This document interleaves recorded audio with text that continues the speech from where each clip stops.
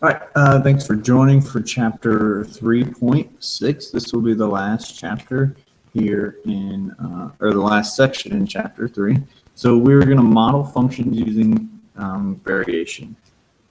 So we've got two types of variation. We have direct variation and inverse variation. In direct variation, it means that your two items you're comparing are moving in the same direction. Okay, so we could say X goes up, Y goes up. Or we could say as X goes down, Y goes down also.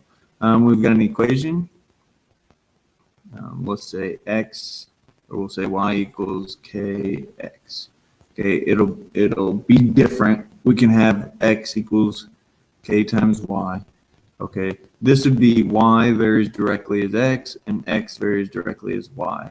Okay, and then we have this K value in here that's pretty important.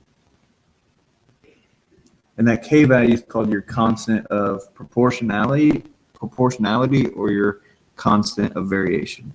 Okay. We have inverse variation, which is the inverse of that up there. So if X goes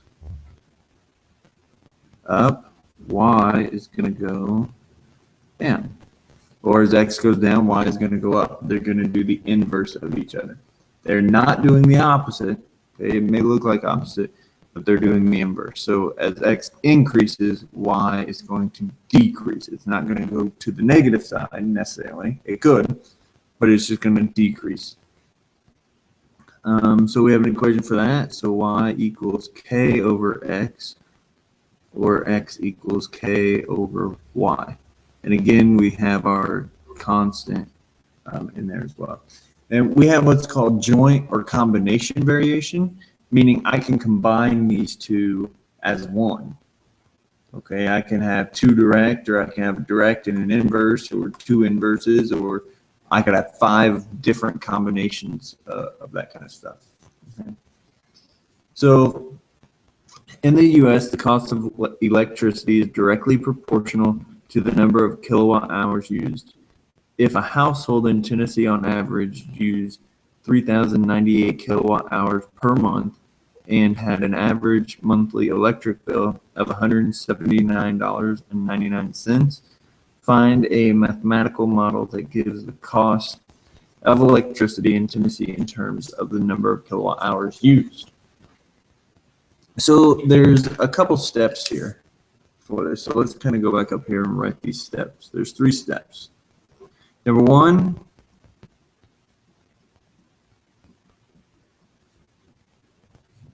you're going to find the equation with no numbers.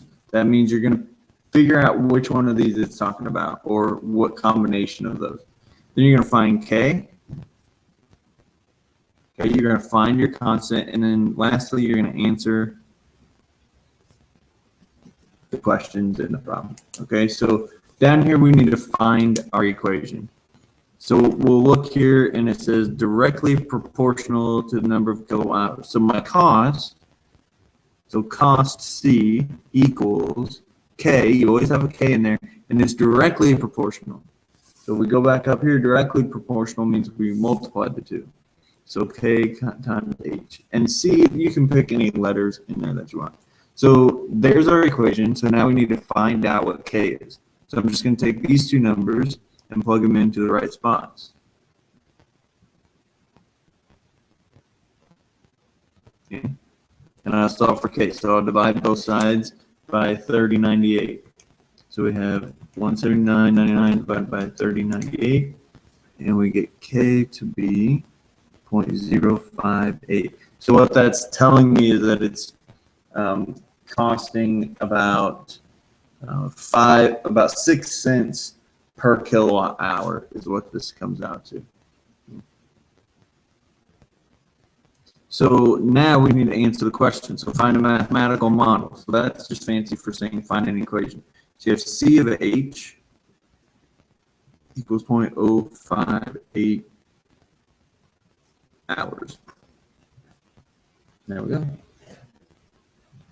That's it. Mathematical model is just saying your equation.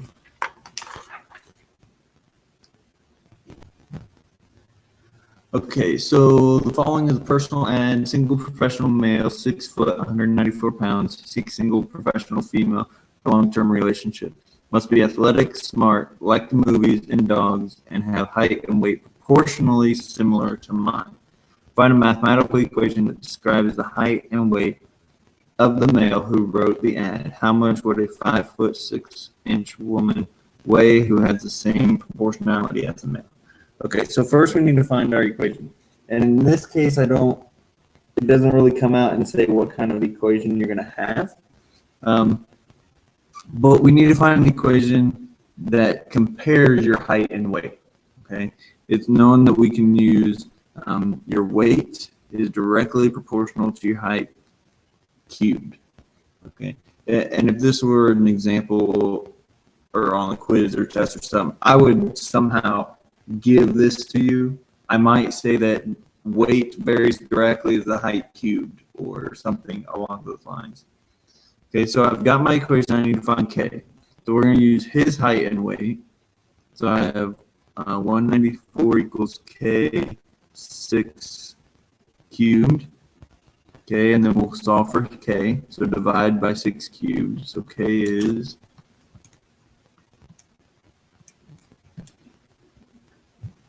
and we'll put it as a fraction, so 97 over 108. Now I need to find her weight, so I'm going to plug K back in here, and I want to know what is her weight. So I have 97 over 108, and I know her height is 5 foot 6. But we put in feet up here, so 5 foot 6 inches is 5.5 feet to the third, and that will give me that'll give me about 149.4. So we'll say 149 pounds.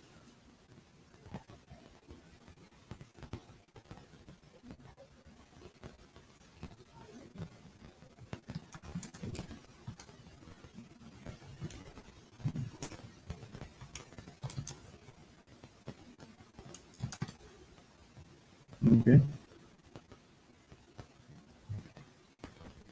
So she needs to weigh about 149 pounds. The number of potential buyers of a house decreases as the price of the house increases. So right there, as one goes down, the other one goes up. So that should tell me that it is inversely proportional. If the number of potential buyers, so B, potential buyers of a house in a particular city is inversely proportional, so that's K over to the price, so P. Find a mathematical equation that describes the demand of the house as it relates to price. How many potential buyers will there be for a $2 million house? Okay, so I've got my simple equation here, so now I need to find K. I give you a graph here of how the price relates to the demand. Okay, so if we just pick one of these ordered pairs, let's say we pick this one right here, 200 and 500. So my demand, okay, or the potential buyers would be 500.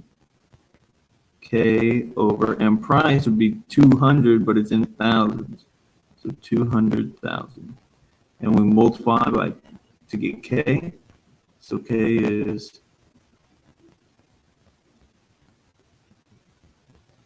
100 million. So then we want to know what's the potential buyers if the price is 2 million. So I want to know what is B, and that's 100 million over 2 million. And 100 million divided by 2 million is 50. So there are 50 potential buyers for this $2 million house. Now, why might this be important? Well, that would probably tell me if I lower the price, from 2 million all the way up here, if I lower this price going this direction, my potential buyers will go up.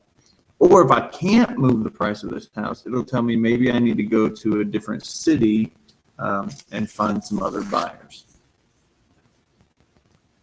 The gas in the headspace of a soda bottle has a volume of 9 milliliters, pressure of 2 atmosphere, and temperature of 298 Kelvin. If the soda bottle is stored in a refrigerator, the temperature drops to approximately 279 Kelvin. What is the pressure of gas in the headspace once the bottle is chilled. Okay, so we're comparing three things: volume, temperature, and pressure. And I need to know, how do those three things relate? Now, you probably should have had this in a science class at some time before, but let's think of this. So let's say pressure. How does pressure and temperature relate? Okay, well, as I increase the pressure in something, okay, the temperature is going to go up. You can simply think of a pressure cooker. If you're cooking with this pressure cooker, the pressure inside of that pot is building, therefore you're able to cook it at a much higher temperature. So these two are directly proportional. So we'll say K, T, and volume and pressure. As pressure goes up, okay, think about this pin. If I take this pin and I increase the pressure on each side, what happens to the amount of space it takes up? Well, the volume is going to go down, okay? So that would be inversely. So we'd say P equals K T over V. Now I just need to find K. So I'll plug in volume, pressure, and temperature. So I have 2 equals K. Temperature is 298 over 9. So just solve it for K. You get K to be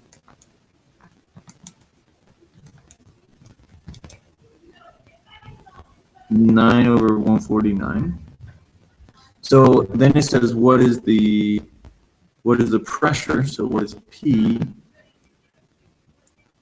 9 over 149. Your new temperature is 279, and your volume is going to stay the same. That's not going to change. So we'll take that and multiply it out.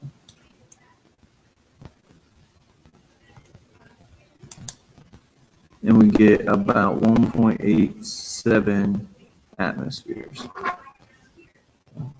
So the most difficult thing here will be setting up your equation. Okay, let's just look at something very simple right here before I move on. Okay, let's say that F is directly proportional to M, and F equals A when M equals 1. Okay, so F is directly proportional. So F equals K M. We're going to multiply. We're directly proportional. And it says F equals A. So I'm going to say A. Plug that in for F. K and M is 1. So now I can solve this for K. And that tells me that K equals A. So I can change this. I plug K back in. So F equals M A. That's actually force equals mass times acceleration. Okay, so we're just forming an equation with no numbers. Then we're going to find out what K is, and we're going to plug it back into our new equation. Okay, so there's your suggested problems. Really short here, and then we'll review and take our test. Thanks for watching. Make sure you subscribe and like and leave a comment if you would like. This is at THS Mr. Jones signing off.